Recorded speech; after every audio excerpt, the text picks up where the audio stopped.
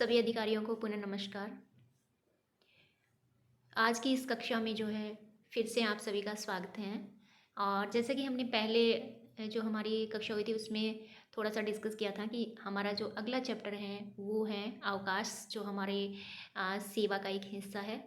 और जैसे हम कोई भी छुट्टी लेते हैं या कोई भी जो कार्य के लिए जाते हैं, एलटीसी वगैरह लेते हैं, तो जो अवकाश होते हैं कई तरह के होते हैं। और इसी तरह का जो एक वार्तालाप जो है यहाँ पे दो व्यक्तियों के बीच में दिया गया है कि अवकाश जो है वो कैसे क्या अपने अवकाश के बारे में किस तरह की छुट्टी लेके वो जा रहे हैं।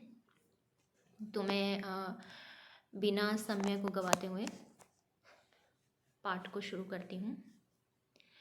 इसमें दो व्यक्ति हैं, अजीत हैं और अनिल हैं। उनकी आपस में वार्तालाप हो रही है, तो चलो देखते हैं, एंजॉय करते हैं पाठ को। अजीत जो है वो बोल रहा है, सॉरी अजीत जो है वो बोल रहा है, अरे भाई अनिल, बेटे के जन्म पर बहुत बहुत बधाई। और सुनाओ, पत्नी और बच्चा ठीक है ना? ये भाई नहीं, अब भाई आएगा, है ना? और अनिल बोल रहा है, हाँ अजीत, भगवान की कृपा से कृपा से अब दोनों ठीक हैं। और शुरू में बच्चा कमज़ोर था इसलिए परेशानी हो गई थी। मैंने भी 15 दिन का पितृत्व अवकाश लिया था, पैटर्निटी लीव लिया था। दिख पता लगा ना यहाँ पे कौन सी लीव? 15 डेज़ का पैटर्निटी पैटर्निटी पितृत्व अवकाश लिया था। बच्चा स्वस्थ नहीं था इसलिए छुट्टी बढ़ानी पड़ी। मैंने उसके बाद 30 दिन की जो है ईएल अर्जित छुट्टी भी ली, है ना? दो तरह की छुट्टी यहाँ हमें बता दी। अजीत बोलता है, पितृत्व अवकाश कब से लिया जा सकता है? अब देखिए इसके बारे में हमें पूरा यहाँ पे बताया जाएगा। अनिल कह रहा है, 15 दिन का पितृत्व अवकाश बच्चे के जन्म से 6 माह की अवधि के भीतर लिया जा सकता है। यानी बच्चा जब तक 6 महीने का नहीं होता, हम जो है ये 15 दिन का अवकाश ले सकते हैं। अजीत बोल रहा है, तुम्हारी पत्नी को भी छुट्टी लेने में परेशानी हो रही होगी, वे भी तो सरकारी सेवा में हैं। अनिल कह रहा है, तुम ठीक समझ रहे हो। उन्होंने सर्वप्रथम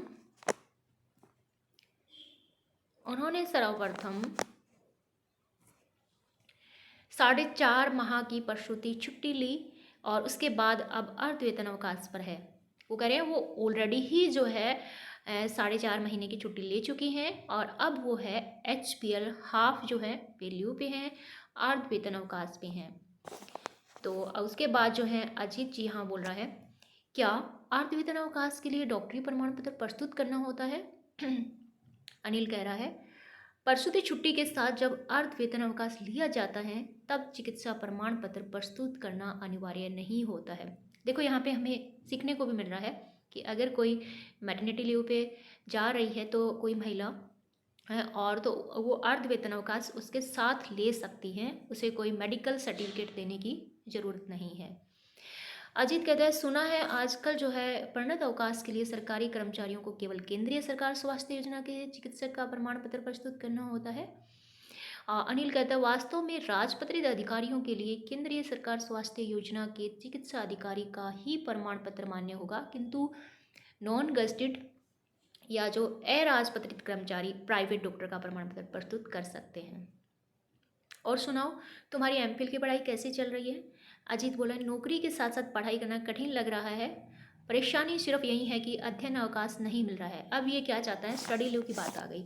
हमने यहाँ पे सीखा पैटर्निटी लीव, पितृत्व लीव, मातृत्व लीव और मैटरनिटी लीव जो है और उसके बाद हमने ईएल भी देखा और फिर हमने देखा कि अब देख रहे हैं हम स्टडी लीव के बारे में। यहाँ पे हमें बताया गया और हम देख रहे हैं कैसे होगा।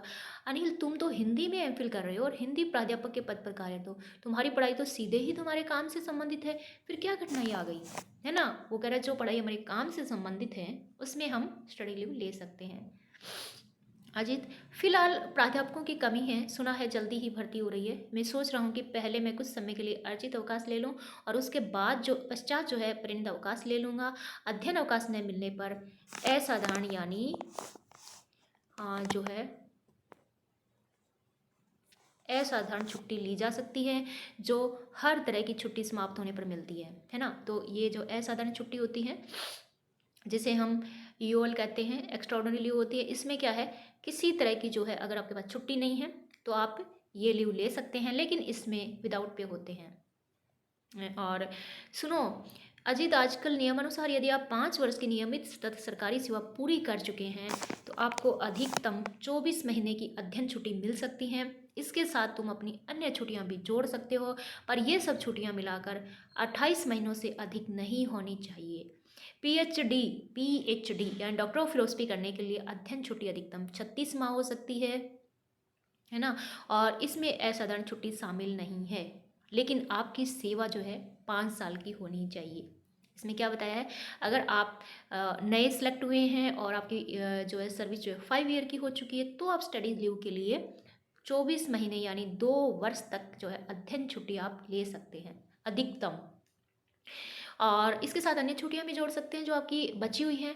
और अगर आप पीएचडी जो करना चाहते हैं उसके लिए आप क्या है 36 महीने की छुट्टी भी ले सकते हैं, और इसमें भी असाधारण छुट्टी शामिल नहीं है। इसके बाद जो है हमारा आता है, अजीत बोल रहा है, क्या अध्ययन अवकाश के दौरान छुट्टी वेतन का भी प्रावधान है? बिल्कुल। भारत में पढ़ाई करने पर तुम्हें छुट्टी से पहले लिए गए आखिरी वेतन के साथ महंगाई भत्ता, मकान किराया भी मिलेगा, है ना। मकान किराया भत्ता, सॉरी, मकान किराए का जो भत्ता है वो भी मिलेगा अगर भारत में स्टडी कर रहे हो। यदि तुम्हें कोई छात्रवृत्ति, वजीफा या अंशकालिक काम के लिए काम के बदले किसी तरह का पारिश्रमिक मिल रहा है तो उसे छुट्टी के वेतन से समायोजित किया जाएगा। बशर्ते हैं कि यह छुट्टी वेतन अर्ध वेतन अवकाश के दौरान स्वीकार्य वेतन से कम नहीं होगा, है ना। और मकान किराया भत्ता तथा नगर प्रतिपूर्ति जो है भत्ता अंतिम कार्यस्थल पर दिए जाने वाले भत्ते के समान 180 दिन तक देय होगा। 180 दिन से अधिक के लिए निर्धारित प्रमाण पत्र प्रस्तुत करना होता है। विस्तृत जानकारी के लिए तुम स्वामी की हैंडबुक भी पढ़ सकते हैं। ये बहुत अच्छी बात इसने कहा है कि अगर आप नहीं समझ पा रहे हैं तो स्वामीज हैंडबुक इज द जो है फाइनल जो है solution for you can go through that book. Swami की हैंडबुक मैंने भी पढ़ी हैं, मैंने भी देखे हैं, क्योंकि नए सिलेक्शन के बाद हमें इतने रूल रेगुलेशन पता नहीं होते हैं, तो उस पुस्तक के अंदर बहुत ही अच्छे तरीके से सब कुछ हमें दिया होता है, हमारे ऑफिस में भी रखी रहती है। तो इसने कहा कि अगर आप स्टडी लीव, अब हमने देख लिया ना स्टडी लीव के बारे में हम बात करें तो इसमें देख लिया आप 2 साल तक जा सकते हैं, और मैक्सिमम जो 2 साल होती हैं। पीएचडी के लिए आप 36 मंथ जा सकते हैं, लेकिन आपको इसमें पैसा भी मिलेगा। और अगर भारत में स्टडी कर रहे हैं तो क्या है, महंगाई भत्ता और आपका जो है मकान किराया भत्ता भी मिलेगा। और यदि कोई छात्रवृत्ति या अंशकालिक जो या कोई पार्ट टाइम काम कर रहा है उससे अगर वो कोई सैलरी ले रहा है ना, स्टूडेंट अगर कोई छात्रवृत्ति ले रहा है या फिर कोई पार्ट टाइम काम कर रहा है उससे उसे सैलरी मिल रही है, तो उसे छुट्टी के वेतन से जो है वेतन के दौरान स्वीकार्य वेतन से कम नहीं होगा। यानी उसके छुट्टी का जो उसका सैलरी का जो वेतन होगा ना उससे उसे समायोजित किया जाएगा। लेकिन शर्त भी रखी है कि यह छुट्टी वेतन अर्ध वेतन अवकाश के दौरान स्वीकार्य वेतन से कम नहीं होगा, है ना। ये सब इसमें बताया है। और अजीत कहता है, धन्यवाद अनिल, तुमने तो आज मुझे काफ़ी उपयोगी जानकारी दी है। मैं सोच रहा हूँ कि अब मैं उप निदेशक महोदय से बात कर कुछ दिन का अर्जित अवकाश लेता हूँ, बीच में कार्यभार ग्रहण कर लूँगा। नए प्राध्यापकों की तैनाती होने पर मैं अध्ययन अवकाश के लिए आवेदन दे दूँगा। भगवान ने चाहा तो मैं 2 वर्ष की अवधि में अपनी एमफिल पूरी कर लूँगा, है ना। तो अभी फिर क्या होता है, इनकी वार्तालाप कंप्लीट हो गई है और हमें भी काफ़ी जानकारी जो है इसमें मिली है। अब तो कुछ हद तक तुम्हारी समस्या का समाधान हो गया ना, चलो कैंटीन चलकर चाय पीते हैं, अनिल बोल रहा। अजित कहता है, आज तुम्हारा जो है चपरासी नहीं आया क्या? आज तुम्हारा चपरासी नहीं आया? पहले तो वहीं अनुभाग में चाय बन जाती थी, अब मिल जाती थी। और नहीं, महतो को चिकन पॉक्स हो गई है। महतो उनका कोई नाम है उसके पियोन का, और वो कह रहे हैं उनको चिकन पॉक्स हो गई हैं, अतः वह संगरोध क्वारंटाइन लीव पे हैं। और चलो फिर कैंटीन ही चलते हैं, तुमसे मिठाई भी तो ले खानी है। अनिल कहते क्यों नहीं, अवश्य अवश्य, है ना। तो खुशी खुशी जो है इसमें 2 व्यक्तियों की वार्तालाप के द्वारा हमें ये बताने की कोशिश की गई है कि ये सब जो लीव जो होती है 3-4 तरह की हमें बताइए, ये कैसे होती हैं, क्या होती हैं, इनमें क्या सैलरी मिलती है और कितने दिन की होती है। बाकी सीएल सबको पता है और आई थिंक सभी कर्मचारियों को ये पता होगा। लेकिन अब देखिए इसकी कुछ शब्दावली होती हैं और जो हर एक कार्यालय में प्रयुक्त की जाती हैं। ये देखो शब्दावली होती हैं। पितृत्व अवकाश अवकाश के लिए पैटर्निटी लीव होती हैं और मातृत्व के लिए मैटरनिटी लीव होती हैं। चिकित्सा मेडिकल सर्टिफिकेट होता है। केंद्रीय स्वास्थ्य योजना जो है सेंट्रल गवर्नमेंट हेल्थ स्कीम होती हैं। चिकित्सा अधिकारी जो है मेडिकल ऑफिसर होता है। राजपत्रित gazetted, non gazetted, study leave, earn leave, recruitment और रेगुलर और सतत जो है कॉन्टीन्यूस जो होता है, हाँ वो सतत होता है। और दिए होता है ड्यू, महंगाई भत्ता, डीएनएस अलाउंसेज होता है, हाउस रेंट होता है, अलाउंसेज होता है भत्ता और कम्यूटेड लीव होती है हमारी, परिणत अवकाश होता है, स्कॉलरशिप, छात्रवृत्ति, वजीफा भी कहते हैं और रिम्यूनरेशन हमारा पारिश्रमिक होता है। पार्ट टाइम अंशकालिक जो हमारा अंशकालिक वर्क होता है। एडजस्टमेंट हमें समायोजन के लिए बोला जाता है। और अर्ध वेतन अवकाश HPL होता है, हाफ पे लीव होता है, संगरोधक हमारी क्वारंटाइन लीव जैसे कोविड में होती थी। बहुत इजी ये शब्द हैं इसलिए मैंने फास्टली बोल के गई हूँ।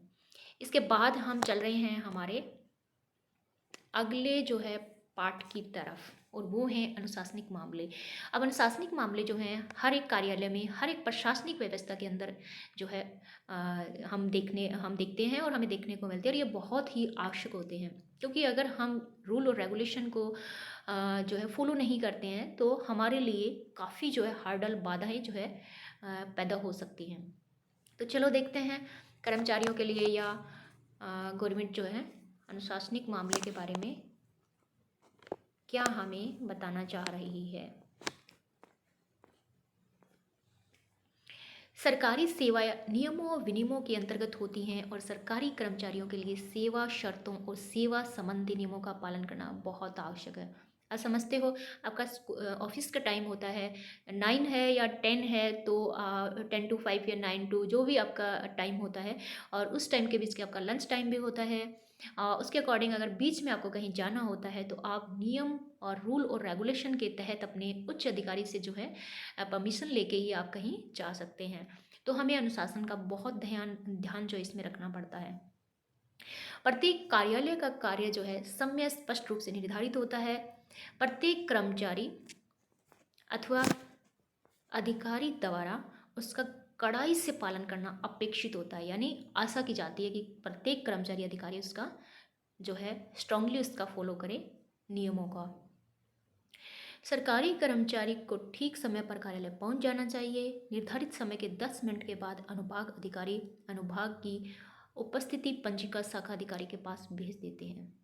जो कर्मचारी कार्यालय समय के 10 मिनट के बाद कार्यालय पहुंचते हैं उनकी उपस्थिति पंजिका में X लगा दिया जाता है और 3 क्रॉस लगने पर एक छुट्टी काटी जाती है। सॉरी, ये देखिए है ना, 3 क्रॉस लगने पर एक छुट्टी काटी जाती है यानी 3 दिन तक। यदि कोई कर्मचारी बिना पूर्व सूचना दिए कार्यालय से अनुपस्थित रहता है या कार्यालय समय का पालन नहीं करता है तो इसे कार्यालयीन अनुशासन तोड़ने का मामला माना जाता है। इसी प्रकार प्रत्येक कर्मचारी से अपना कार्यालयीन काम समय पर करने की अपेक्षा की जाती है। जानबूझकर किया गया अनावश्यक विलंब भी अनुशासनहीनता की कोटि में माना जाता है। ये जो होता है इतना जो है कड़ाई की जो बात यहाँ, सख्ती की जो बात यहाँ पे कही गई है, सख्त रूप की जो कि रेड क्रॉस कर दिया जाता है, ये बहुत ही कम ऑफिसेज के अंदर ऐसा देखने को मिलता है। लेकिन हमने ऐसा देखा है कुछ कर्मचारी जो होते हैं ना बहुत ही निठल्ले होते हैं, वो हमेशा ही देरी से आते हैं तो उनके खिलाफ कुछ अनुशासनिक या इस तरह की जो है अटेंडेंस जो उनको छुट्टी काटना ये जो है उनको पनिश के रूप में दिया जाता है। अनुशासनिक कार्यवाही तो बहुत ही जो है बहुत ही हम कहते हैं कोई सेंसिटिव अगर कोई केस होता है उस मामले में उसके विरुद्ध की जाती है। अदरवाइज जो है अधिकारी भी इंसान है, वो भी समझते हैं, वो भी किसी का बुरा नहीं करना चाहते और जब उन्हें लगता है कि पानी सर के ऊपर से निकल गया है तब फिर ना ये समस्या होती है कि उन्हें कुछ एक्शन लेना पड़ता है। लेकिन मेरा जहाँ तक मानना है, मेरा ये कहना है कि एक अच्छा अधिकारी होता है वो कभी किसी भी कर्मचारी के प्रति जो है इतना सख्त रूप नहीं दिखाएगा और वो क्या है अपने प्यार से अपने अच्छे व्यवहार से जो है ही उस कर्मचारी को जो है कार्य के प्रति या टाइम के प्रति बिना किसी पनिश के भी वो उसे फॉलो करवा सकते हैं रूल रेगुलेशन को। और कुछ कर्मचारी अधिकारी जो होते हैं बहुत ही एटीट्यूड दिखाते हैं, एटीट्यूड रखते हैं, लेकिन कुछ बहुत हाई लेवल के होते हैं, जैसे सचिव लेवल से मिलते हैं हम लोग, बड़े बड़े ऑफिसर लोगों से मिलते हैं, तो हम देखते हैं कि जो अधिकारी जितना उच्च लेवल पे होता है ना, वो उतना ही कम जो है एटीट्यूड वाला और इतना नॉर्मल होता है कि लगता ही नहीं है कि ये इतना सीनियर पोस्ट पे बैठा है। मैंने लाइजन वर्क में देखे हैं, मैं किसी सचिव महोदय से मिल रही हूँ, मुझे नहीं पता है कि उनका डेजिग्नेशन क्या है, मैं पूरी वार्तालाप करती हूँ, वो इतनी पर्सनल बातें मेरी सुनता है, वो करता भी है। आफ्टर दैट जैसे ही मैं नोटिंग फाइल में उनका नाम वगैरह सब नोट करती हूँ, तो वो बताते हैं कि सचिव मुझे बहुत ही ऐसे सरप्राइज हुआ कि इस टाइप के भी अधिकारी होते हैं जो खुद अपनी बातों से जो है हमारा दिल जीत लेते हैं और चाहते हैं कि हम है ना, हम खुद ही उनके साथ उनके काम का जो वो इतना क्या है सीरियस भी थे। कंप्यूटर्स के अंदर सारी फाइलें उन्होंने अपलोड कर रखी थी, मैंने देखा और मैं देख के इतना शॉक्ड थी कि उच्च लेवल के अधिकारी उसी ऑफिस के अंदर, मैं नीचे के अधिकारी से भी मिलती हूँ उनके कहने से, और नाम तो नहीं ले सकती, लेकिन उस अधिकारी का एटीट्यूड मैं देखती हूँ तो मुझे पता लगता है कि कैसे कैसे इंसान होते हैं। यानी एक तो ऊपर से फाइल देख के भेज रहा है और नीचे के अधिकारी जो होते हैं उनका बोलने का ही तरीका सही नहीं था।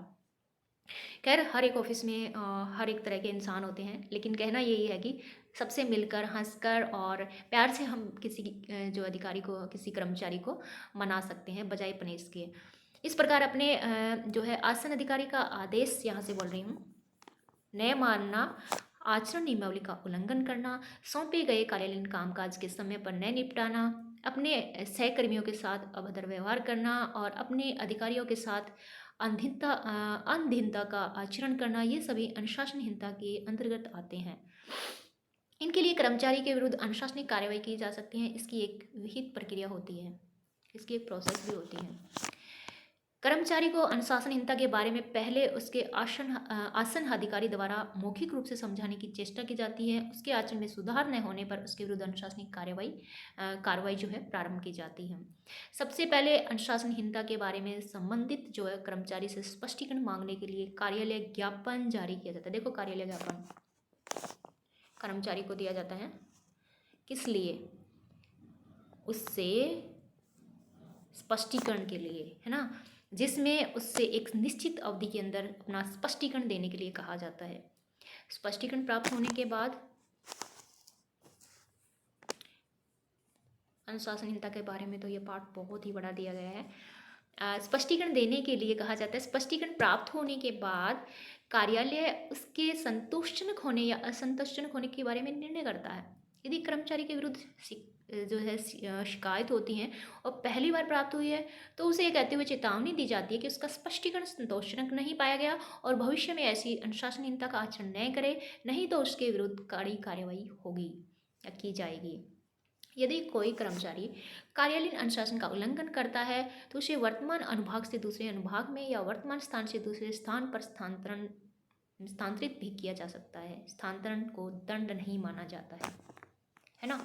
तो अगर कोई अनुशासन का पालन नहीं करता तो उसका ट्रांसफ़र भी किया जा सकता है, लेकिन ये दंड में नहीं आता है। सरकार अपने कर्मचारियों को कुछ सुविधाएं भी प्रदान करती है, जैसे चिकित्सा सुविधा होती हैं, गृहनगर, अर्ज या अखिल भारतीय अवकाश यात्रा रियायत आदि।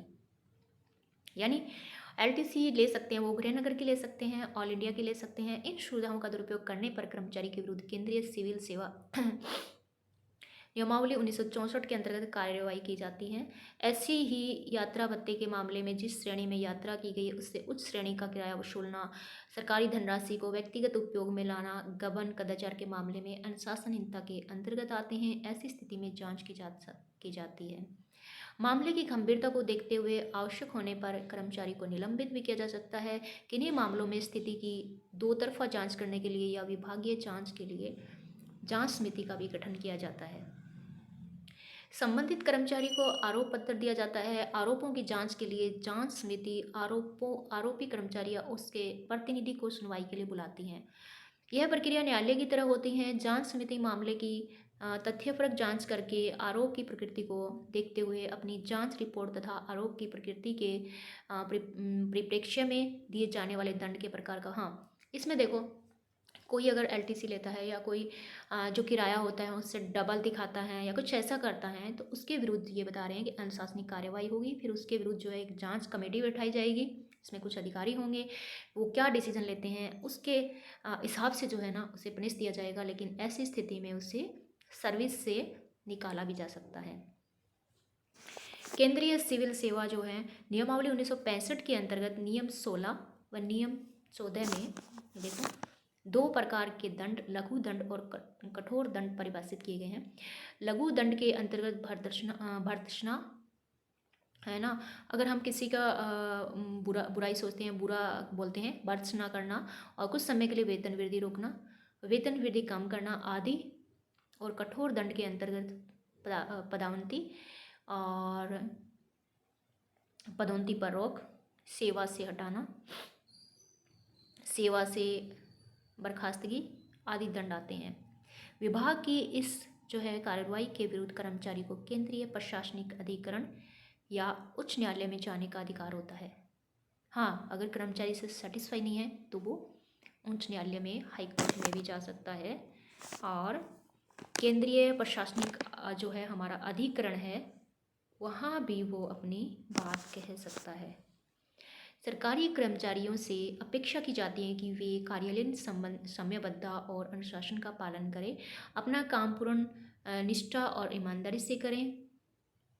ये अपना काम पूर्ण निष्ठा नहीं, ये गलत है। ये काम और पूर्ण अलग अलग हैं दोनों शब्द। काम पूर्ण कोई शब्द नहीं होता जोड़ने के बाद। तो अपना काम पूर्ण निष्ठा और ईमानदारी से करें। सरकारी सुविधाओं और संसाधनों का दुरुपयोग न करें। अपने सहकर्मियों और अधिकारियों के साथ मधुर व्यवहार करें। केंद्रीय सिविल नियमावली के प्रावधानों का पालन करें। इसके बाद जो है, अच्छा ये यहाँ तक था। अब हम पढ़ते हैं कुछ इसके शब्दावली हैं जो हमें दी हुई है। मैं फास्टली इन्हें पढ़ूंगी और आई थिंक आप सबको इसमें कोई दिक्कत हो तो आप मुझसे फिर पूछ सकते हैं। नियम और विनियम रूल एंड रेगुलेशन होते हैं, और सर्विस की कंडीशन होती हैं, वो सेवा की शर्तें होती हैं। पालन करना टू जो है टू कंप्लीट और टू अडेयर टू होता है चिपके रहना किसी चीज़ से, मतलब नियमों से चिपके रहना, पालन करना। कार्य समय निर्धारित है ना, और इसमें क्या है, वर्किंग आवर जो है प्रिस्क्राइब्ड, यहाँ से बोल रही हूँ। उपस्थित हमारी पंजिका होती है, हमारी जो है अटेंडेंस जो रजिस्टर होता है, और कार्यालयीय अनुशासन होता है, डिसिप्लिन ऑफिस डिसिप्लिन होता है, इनडिसिप्लिन अनुशासनहीनता होती है। आसन अधिकारी हमारा इमीडिएट ऑफिसर कौन है, हमें किसको रिपोर्ट करना है सबसे पहले। और अनुशासनिक कार्रवाई होती है, डिसिप्लिनरी एक्शन लिया जाता है उसके विरुद्ध, विहित होता है, प्रिस्क्राइब्ड जो होता है। और प्रक्रिया प्रोसीजर सबको पता है। स्पष्टीकरण जो है एक्सप्लेनेशन होता है, क्लैरिफिकेशन होता है। और संतोषजनक, ये स्पष्टीकरण के बारे में सेटिस्फैक्ट्री है। आचरण कंडक्ट होता है। ट्रांसफ़र जो है स्थानांतरण होता है। उसके बाद जो है कुछ और शब्द भी दिए हुए हैं, जैसे देखो नीचे। हाँ, रियायत होता है, कंसेशन किसी चीज़ में, चिकित्सा सुविधाएं, मेडिकल फैसिलिटी होती हैं। और CCS हम बार बार बोलते हैं कि CCS के अंदर ये नहीं है। क्या नहीं है, जो इसमें हम लिखेंगे केंद्रीय सिविल सेवा नियमावली होती हैं, तो क्या होगा जो है इसमें हमारा आ जाएगा सेंट्रल कंडक्ट रूल जो होते हैं केंद्रीय सेवा के, तो इसमें आ जाते हैं हमारे कंडक्ट रूल जो भी होते हैं नियमावली के। होम टाउन परमानेंट, स्थायी निवास जो है परमानेंट हो गया, और ये घिरन अगर लिखा है ये होम टाउन हो गया।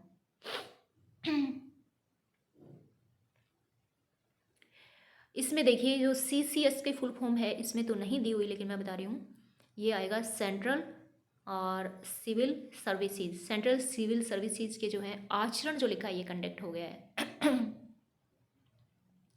अवकाश यात्रा रियायत जो होती हैं ये हैं, हाँ, LTC जिसे बोलते हैं, लीव ट्रैवल कंसेशन होता है। गबन होता है, एम्प्लॉयमेंट जो मैं पहले भी जो बोल के गई थी कि किसी चीज़ का गबन करना, यानी उसको दबाना, छुपाना और किसी से छीनना, इस टाइप से। कदाचार होता है, मिसकंडक्ट, हम पहले भी सब शब्द को देख के गए हैं। निलंबित करना होता है उसको, टू सस्पेंड, दो तरफा जांच उसकी बाय जो है बाय पार्शियल उसकी इंक्वायरी की जाती है। विभागीय केंद्र सिविल सेवा होती हैं, डिपार्टमेंटल सेंट्रल सर्विसेज, है ना। और वर्गीकरण नियंत्रण जो है क्लासिफिकेशन और कंट्रोल एंड अपील्स जो है रूल्स 1965। इसमें देखो जांच करना इंक्वायरी कमेटी होती हैं, और किसी को पदच्युत या बर्खास्त करना टू जो है डिसमिस। आरोप पत्र होता है चार्जशीट जो आपने देखी होगी कई जगह ऑफिस के अंदर, वो आरोप पत्र होता है। सुनवाई होती है, ये सब फिर आगे चली जाती हैं। हियरिंग कोर्ट के अंदर, तथ्यपरक या फैक्चुअल बातें हैं। दंड पेनल्टी होती हैं। परिभाषित या टू डिफाइन करना, वेतन वृद्धि रोकना, टू फ्रीज इंक्रीमेंट जो होता है उसको फ्रीज कर देना। हम ये जो है हमारे ऑफिशियल लैंग्वेज में इसे प्रयोग करते हैं। सेवा मुक्ति होता है रिमूवल फ्रॉम सर्विस। केंद्रीय सेंट्रल हो गया, प्रशासनिक हो गया एडमिनिस्ट्रेटिव, अधिकरण हो गया ट्रिब्यूनल, और निश्चय होगी इंटीग्रिटी। और लास्ट के हमारे 3 जो हैं वो शब्द हैं संसाधन रिसोर्सेज, प्रोविजन प्रावधान होता है, और परिणत अवकाश हमारा जो है कम्यूटेड लीव होता है। तो इसमें निष्ठा जो इंटीग्रिटी होती है वो हमारी हमेशा हमारे जो है सर्विस या सेवा के प्रति हमेशा बनी रहनी चाहिए। इसमें एक चीज़ एक नोट करने वाली है कि जो भी हमारी अनुशासनिक कार्यवाही होती है उसमें हम अलग अलग तरह से दंड दे सकते हैं, लेकिन इसके अंदर एक बात कही है कि हम उसकी सैलरी को जो है रोक सकते हैं। लेकिन एक बात ये भी है कि किसी कर्मचारी की सैलरी को रोकने से पहले या रोकने का उससे नोटिफिकेशन दिया जाना चाहिए, क्योंकि वैसे अगर सैलरी उसकी रोकी जाती है तो वो भी जो है ऑफिस के अंदर जो कर्मचारी होते हैं या अधिकारी होते हैं उनके लिए एक इश्यू बन जाता है कि विदाउट एनी इन्फॉर्मेशन आप किसी भी कर्मचारी के विरुद्ध डायरेक्ट जो ऐसा नहीं कर सकते हैं।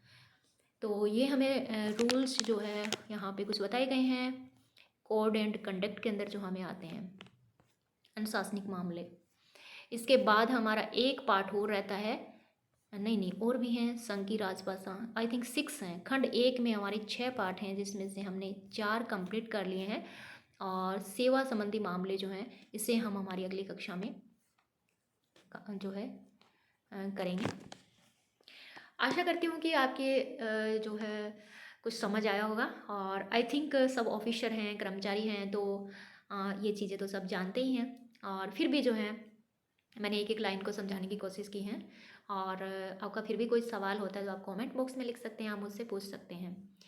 और चैनल को सब्सक्राइब कर देना, नोटिफिकेशन के लिए बेल बटन है उसको ऑन कर देना, इससे सिर्फ आपको नोटिफिकेशन मिलेगा, बाकी कुछ नहीं है।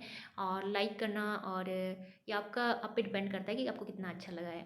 मिलते हैं हमारी अगली कक्षा में, तब तक के लिए जय हिंद, बाय बाय, टेक केयर।